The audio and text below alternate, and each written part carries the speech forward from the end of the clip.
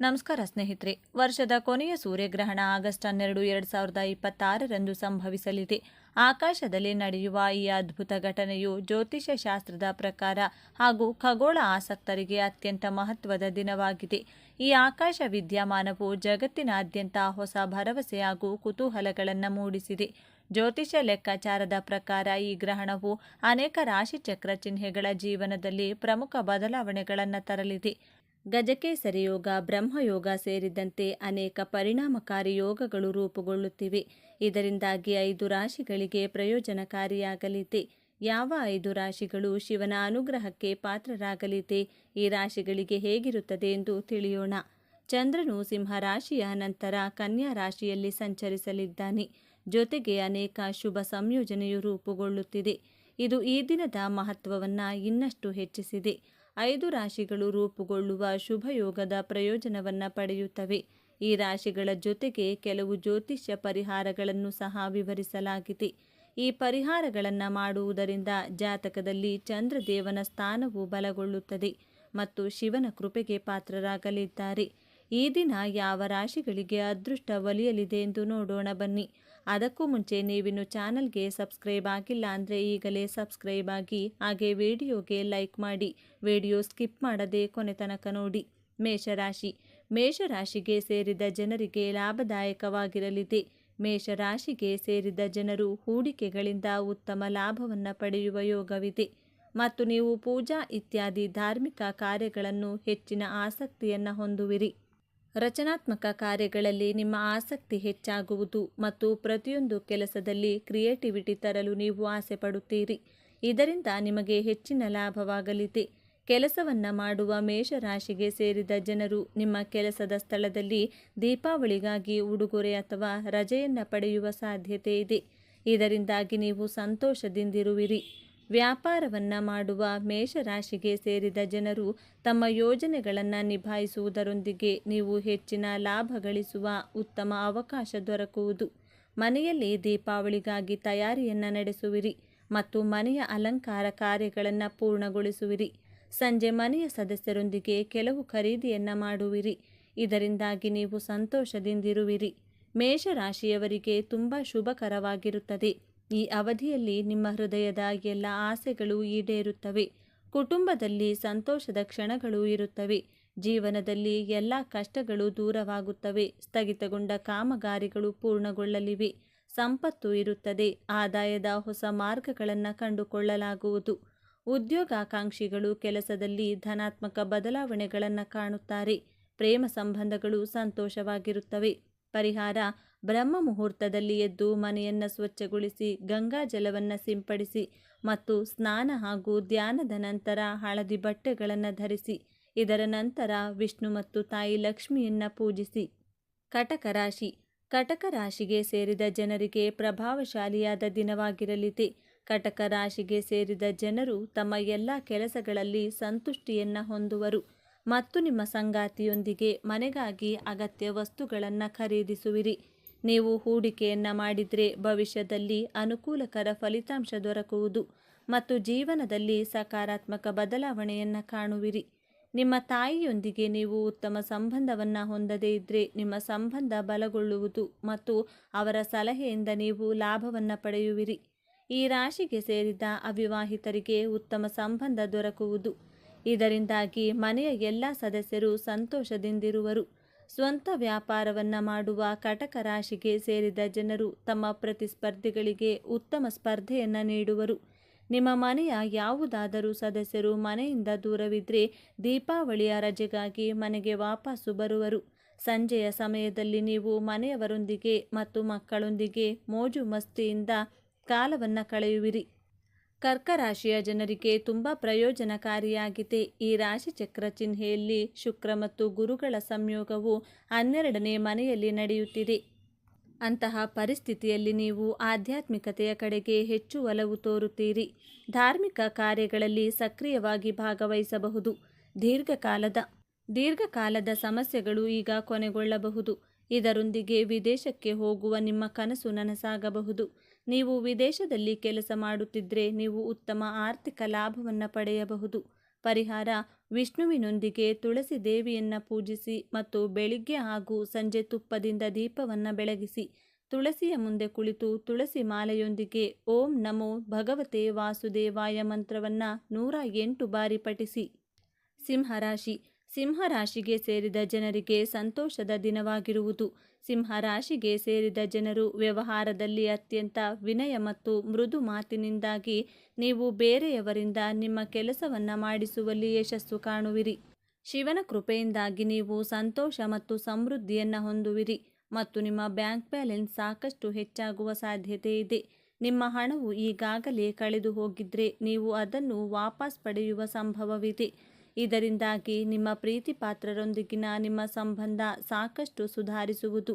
ಈ ರಾಶಿಗೆ ಸೇರಿದ ಜನರು ದಿನಪೂರ್ತಿ ಕೆಲಸದಲ್ಲಿರುವವರು ಮತ್ತು ಹೆಚ್ಚಿನ ಲಾಭವನ್ನು ಪಡೆಯುವುದರಿಂದ ಸಂತೋಷದಿಂದ ಇರುವವರು. ಕುಟುಂಬ ಅಥವಾ ವೈವಾಹಿಕ ಜೀವನದಲ್ಲಿನ ಎಲ್ಲ ಸಮಸ್ಯೆಗಳು ದೂರವಾಗುವುದು ಮತ್ತು ನಿಮ್ಮ ಸಂಬಂಧ ಬಲಗೊಳ್ಳುವುದು. ಮನೆಯ ಮಕ್ಕಳೊಂದಿಗೆ ನೀವು ಮೋಜು ಮಸ್ತಿಯಿಂದ ಸಮಯವನ್ನು ಕಳೆಯುವಿರಿ. ಪರಿಹಾರ: ಲಕ್ಷ್ಮೀನಾರಾಯಣನು ಅರಳಿವರದಲ್ಲಿ ವಾಸವಾಗಿರುತ್ತಾನೆ. ಆದ್ದರಿಂದ ಈ ದಿನ ತುಪ್ಪದ ದೀಪವನ್ನು ಬೆಳಗಿಸಿ ಮತ್ತು 7 ಅಥವಾ 11 ಬಾರಿ ಪ್ರದಕ್ಷಿಣೆ ಹಾಕಿ.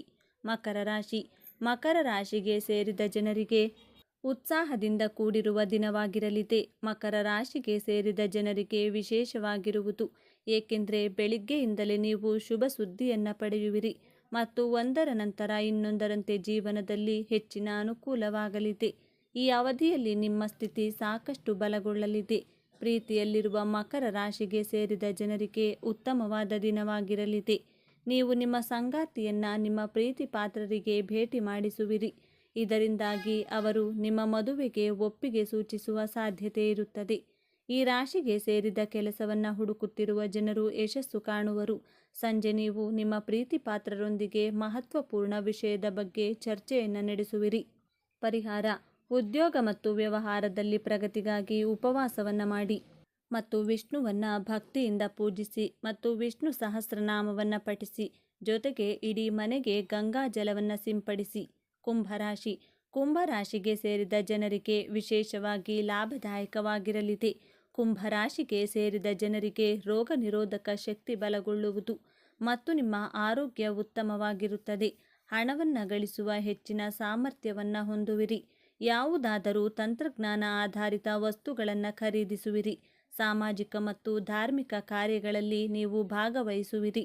ಇದರಿಂದ ನಿಮಗೆ ಮಾನಸಿಕ ಶಾಂತಿ ದೊರಕುವುದು ಮತ್ತು ಗೌರವ ಖ್ಯಾತಿ ಹೆಚ್ಚಾಗುವುದು. ಕೆಲಸವನ್ನು ಮಾಡುವ ಅಥವಾ ವ್ಯಾಪಾರವನ್ನು ಮಾಡುವ ಕುಂಭರಾಶಿಗೆ ಸೇರಿದ ಜನರಿಗೆ ಉತ್ತಮ ಲಾಭ ದೊರಕುವುದು ಮತ್ತು ಪ್ರತಿಯೊಂದು ಕ್ಷೇತ್ರದಲ್ಲಿ ಉತ್ತಮ ಸಾಧನೆಯನ್ನು ಮಾಡುವರು. ಮನೆಯಲ್ಲಿ ಸದಸ್ಯರು ಪರಸ್ಪರ ಸಹಾಯ ಮಾಡುವರು ಮತ್ತು ಮನೆಯ ಹಿರಿಯರೊಂದಿಗೆ ಯಾವುದಾದರೂ ಸಮಾರಂಭದ ಬಗ್ಗೆ ಚರ್ಚೆಯನ್ನು ನಡೆಸುವಿರಿ. ಸಂಜೆ ನೀವು ನಿಮ್ಮ ಸಂಗಾತಿಯೊಂದಿಗೆ ಧಾರ್ಮಿಕ ಕಾರ್ಯಗಳಲ್ಲಿ ಭಾಗವಹಿಸುವಿರಿ. ಇದರಿಂದಾಗಿ ನೀವು ಮಾನಸಿಕ ಶಾಂತಿಯನ್ನು ಹೊಂದುವಿರಿ. ಕುಂಭರಾಶಿಗೆ ಸೇರಿದ ಜನರಿಗೆ ಶನಿ ಮತ್ತು ಗುರುವಿನ ಹಿಮ್ಮುಖ ಚಲನೆಯು ಅತ್ಯಂತ ಹೆಚ್ಚಿನ ನೆಮ್ಮದಿಯನ್ನು ನೀಡಲಿದೆ. ಈ ಅವಧಿಯಲ್ಲಿ ಕುಂಭರಾಶಿಗೆ ಸೇರಿದ ಜನರ ಖರ್ಚು ಮತ್ತು ಸಮಸ್ಯೆಗಳು ಎಲ್ಲವೂ ದೂರವಾಗುವುದು. ಗುರು ಮತ್ತು ಶನಿಯ ಹಿಮ್ಮುಖ ಚಲನೆಯಿಂದಾಗಿ ನಿಮ್ಮ ಜೇಬು ಯಾವಾಗಲೂ ತುಂಬಿರುವುದು ಮತ್ತು ನಿಮ್ಮ ಮನಸ್ಸಿನಲ್ಲಿನ ಸಮಸ್ಯೆಗಳು ದೂರವಾಗಿ ನೀವು ಆರಾಮವಾಗಿರುವಿರಿ. ಕುಂಭರಾಶಿಗೆ ಸೇರಿದ ಜನರಿಗೆ ಈ ಅವಧಿಯಲ್ಲಿ ಧನಸಂಪತ್ತಿನಲ್ಲಿ ಸಾಕಷ್ಟು ಹೆಚ್ಚಳವಾಗಲಿದೆ.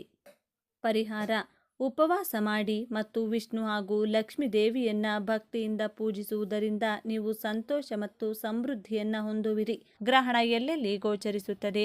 ಈ ಖಗೋಳ ವಿದ್ಯಮಾನವು ಪ್ರಮುಖವಾಗಿ ಆರ್ಕ್ಟಿಕ್, ಗ್ರೀನ್ಲ್ಯಾಂಡ್, ಐಸ್ಲ್ಯಾಂಡ್, ಸ್ಪೇನ್ ಮತ್ತು ಅಟ್ಲಾಂಟಿಕ್ ಮಹಾಸಾಗರದ ವಿಶಾಲ ಭಾಗಗಳಲ್ಲಿ ಸ್ಪಷ್ಟವಾಗಿ ಗೋಚರಿಸುತ್ತದೆ. ಈ ಪ್ರದೇಶಗಳಲ್ಲಿ ಇರುವ ಜನರು ಪೂರ್ಣ ಸೂರ್ಯಗ್ರಹಣದ ಅದ್ಭುತ ದೃಶ್ಯವನ್ನು ಕಣ್ತುಂಬಿಕೊಳ್ಳಬಹುದು. ಭಾರತದಲ್ಲಿ ಗ್ರಹಣ ಗೋಚರಿಸುತ್ತದೆಯೇ ಮತ್ತು ಸೂತಕ ನಿಯಮಗಳು ಅನ್ವಯಿಸುತ್ತವೆಯೇ? ಆದಾಗ್ಯೂ ಈ ಅದ್ಭುತ ಆಕಾಶ ವಿದ್ಯಮಾನವು ಭಾರತದಲ್ಲಿ ಗೋಚರಿಸುವುದಿಲ್ಲ. ಇದಕ್ಕೆ ಮುಖ್ಯ ಕಾರಣವೆಂದರೆ ಗ್ರಹಣ ನಡೆಯುವ ಸಮಯದಲ್ಲಿ ಭಾರತದಲ್ಲಿ ರಾತ್ರಿಯ ಸಮಯವಾಗಿರುತ್ತದೆ ಮತ್ತು ಸೂರ್ಯನು ದಿಗಂತದ ಕೆಳಗಿರುತ್ತಾನೆ. ಗ್ರಹಣದ ಮಾರ್ಗವು ಮುಖ್ಯವಾಗಿ ಉತ್ತರ ಗೋಳಾರ್ಧ ಮತ್ತು ಯುರೋಪ್ ಮೂಲಕ ಹಾದು ಹೋಗುವುದರಿಂದ ಇದು ಏಷ್ಯಾ ಖಂಡದ ದಕ್ಷಿಣ ಭಾಗಗಳಲ್ಲಿ ಗೋಚರವಾಗುವುದಿಲ್ಲ. ಆದ್ದರಿಂದ ಗ್ರಹಣ ಸ್ಪರ್ಶಿಸದೇ ಇರುವ ಕಾರಣ ಭಾರತದಲ್ಲಿ ಯಾವುದೇ ರೀತಿಯ ಸೂತಕದ ನಿಯಮಗಳು ಅನ್ವಯಿಸುವುದಿಲ್ಲ. ಗ್ರಹಣ ದೋಷ ನಿವಾರಣೆಗೆ ಅನುಸರಿಸಬೇಕಾದ ಜ್ಯೋತಿಷ್ಯ ಸಲಹೆಗಳು. ಗ್ರಹಣದ ಋಣಾತ್ಮಕ ಪರಿಹಾರಗಳಿಂದ ನಿಮ್ಮನ್ನು ರಕ್ಷಿಸಿಕೊಳ್ಳಲು ಮತ್ತು ಶುಭ ಫಲಿತಾಂಶಗಳನ್ನು ದ್ವಿಗುಣಗೊಳಿಸುವ ಕೆಲವು ತಡೆಗಟ್ಟುವ ಕ್ರಮಗಳನ್ನು ಅನುಸರಿಸಬೇಕು. ಗ್ರಹಣದ ಸಮಯದಲ್ಲಿ ಸೂರ್ಯ ಮಂತ್ರಗಳನ್ನು ಅಥವಾ ಓಂ ನಮಃ ಶಿವಾಯ ಮಂತ್ರವನ್ನು ನಿರಂತರವಾಗಿ ಪಠಿಸಬೇಕು. ಗ್ರಹಣ ಮುಗಿದ ನಂತರ ಪವಿತ್ರ ನೀರಿನಿಂದ ಸ್ನಾನ ಮಾಡಿ ಶ್ರೀ ಮಹಾವಿಷ್ಣು ಅಥವಾ ಶಿವನನ್ನು ಪೂಜಿಸಬೇಕು. ಬಡವರಿಗೆ ಗೋಧಿ, ಬೆಲ್ಲ, ಕೆಂಪು ಬಟ್ಟೆ ಅಥವಾ ತಾಮ್ರದ ಪಾತ್ರೆಗಳನ್ನು ದಾನ ಮಾಡುವುದರಿಂದ ಸೂರ್ಯಗ್ರಹಣದ ದೋಷಗಳು ಸಂಪೂರ್ಣವಾಗಿ ದೂರವಾಗುತ್ತವೆ. 2026ರ ಸೂರ್ಯಗ್ರಹಣದ ದಿನ ನಾವು ಏನು ಮಾಡಬಾರದು? ಸೂರ್ಯಗ್ರಹಣದ ಸಮಯದಲ್ಲಿ ದೇವರ ವಿಗ್ರಹಗಳನ್ನು, ಫೋಟೋಗಳನ್ನು ಸ್ಪರ್ಶಿಸಬಾರದು. ಸೂರ್ಯಗ್ರಹಣದ ಸಮಯದಲ್ಲಿ ಆಹಾರವನ್ನು ಬೇಯಿಸುವುದು, ತಿನ್ನುವುದು ಶುಭವಲ್ಲ. ಆದರೆ ಮಕ್ಕಳು, ರೋಗಿಗಳು, ವೃದ್ಧರು ಆಹಾರವನ್ನು ಸೇವಿಸಬಹುದು. ಸೂರ್ಯಗ್ರಹಣದ ಸಮಯದಲ್ಲಿ ದೈಹಿಕ ಸಂಬಂಧ ಹೊಂದುವುದನ್ನು ತಪ್ಪಿಸಬೇಕು. ಸೂರ್ಯಗ್ರಹಣದ ಸಮಯದಲ್ಲಿ ದೇಹಕ್ಕೆ ಎಣ್ಣೆಯನ್ನು ಹಚ್ಚಿಕೊಳ್ಳಬಾರದು. ಸೂರ್ಯಗ್ರಹಣದ ಸಮಯದಲ್ಲಿ ಚಾಕು, ಕತ್ತರಿ, ಸೂಜಿ ಮತ್ತು ದಾರಕ್ಕೆ ಸಂಬಂಧಿಸಿದ ಯಾವುದೇ ಕೆಲಸವನ್ನು ಮಾಡಬಾರದು. ವಿಶೇಷವಾಗಿ ಗರ್ಭಿಣಿಯರು ಇದರ ಬಗ್ಗೆ ವಿಶೇಷ ಕಾಳಜಿ ವಹಿಸಬೇಕು. ಸೂರ್ಯಗ್ರಹಣದ ವೇಳೆ ಉಗುರು ಮತ್ತು ಕೂದಲುಗಳನ್ನು ಕತ್ತರಿಸುವಂಥ ತಪ್ಪನ್ನು ಎಂದಿಗೂ ಮಾಡಲು ಹೋಗಬಾರದು. 2026ರ ಸೂರ್ಯಗ್ರಹಣದ ದಿನ ನಾವು ಏನು ಮಾಡಬೇಕು? ಗ್ರಹಣದ ಸೂತಕ ಕಾಲ ಆರಂಭವಾಗುವ ಮುನ್ನ ನಾವು ಬಳಸುವ ನೀರಿನಲ್ಲಿ, ಆಹಾರ ಪದಾರ್ಥಗಳಲ್ಲಿ ಅಥವಾ ಇನ್ಯಾವುದೇ ದ್ರವರೂಪದ ವಸ್ತುಗಳ ಮೇಲೆ ಅಥವಾ ಅದರಲ್ಲಿ ಗರಿಕೆ ಅಥವಾ ತುಳಸಿ ಎಲೆಗಳನ್ನು ಹಾಕಿಡಿ. ಗ್ರಹಣದ ಸಮಯದಲ್ಲಿ ದೇವರ ವಿಗ್ರಹಗಳನ್ನು ಸ್ಪರ್ಶಿಸುವುದು ತಪ್ಪಾದರೂ ನಾವು ಈ ಸಮಯದಲ್ಲಿ ಧಾರ್ಮಿಕ ಗ್ರಂಥಗಳನ್ನು ಅಥವಾ ಪುಸ್ತಕಗಳನ್ನು ಓದಬಹುದು ಅಥವಾ ಪಠಿಸಬಹುದು. ಸೂರ್ಯಗ್ರಹಣದ ಸಮಯದಲ್ಲಿ ನಾವು ಮಂತ್ರವನ್ನು ಪಠಿಸಬೇಕು. ಇದರಿಂದ ಗ್ರಹಣದ ಕೆಟ್ಟ ಪರಿಣಾಮ ನಮ್ಮ ಮೇಲೆ ಉಂಟಾಗುವುದಿಲ್ಲ. ಸೂರ್ಯಗ್ರಹಣ ಮುಗಿದ ನಂತರ ಮತ್ತೆ ಸ್ನಾನ ಮಾಡಬೇಕು.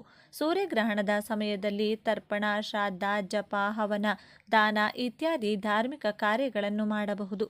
ಗ್ರಹಣ ಮುಗಿದ ನಂತರ ದೇವರ ಪೂಜೆ ಮಾಡಿ ಮತ್ತು ದಾನ ಮಾಡಿ. ಸ್ನಾನ ಮಾಡಿದ ನಂತರ ದೇವರ ಕೋಣೆಯನ್ನು ಶುದ್ಧೀಕರಿಸಬೇಕು. ಸೂರ್ಯಗ್ರಹಣದ ಸಮಯದಲ್ಲಿ ನಾವು ಯಾವುದೇ ಕೆಲಸವನ್ನು ಮಾಡಬೇಕಾದರೂ ಅದರ ಬಗ್ಗೆ ಸರಿಯಾಗಿ ತಿಳಿದುಕೊಂಡು ಮಾಡುವುದು ತುಂಬಾನೇ ಉತ್ತಮ.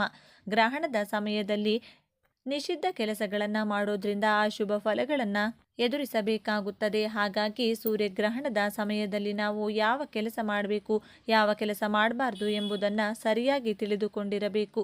ಈ ಮಾಹಿತಿ ನಿಮಗೆ ಇಷ್ಟ ಆದರೆ ತಪ್ಪದೆ ಈ ವಿಡಿಯೋವನ್ನು ಲೈಕ್ ಮಾಡಿ, ನಿಮ್ಮ ಇಷ್ಟ ದೇವರ ಹೆಸರನ್ನು ಬರೆದು ಈ ವಿಡಿಯೋವನ್ನು ಪ್ರತಿಯೊಬ್ಬರಿಗೂ ಕೂಡ ಶೇರ್ ಮಾಡಿ. ಎಲ್ಲರೂ ಭಕ್ತಿಯಿಂದ ಓಂ ಶ್ರೀ ಮಹಾಲಕ್ಷ್ಮಿ ನಮಃ ಅಂತ ಕಮೆಂಟ್ ಮಾಡಿ. ಧನ್ಯವಾದಗಳು ಸ್ನೇಹಿತರೆ.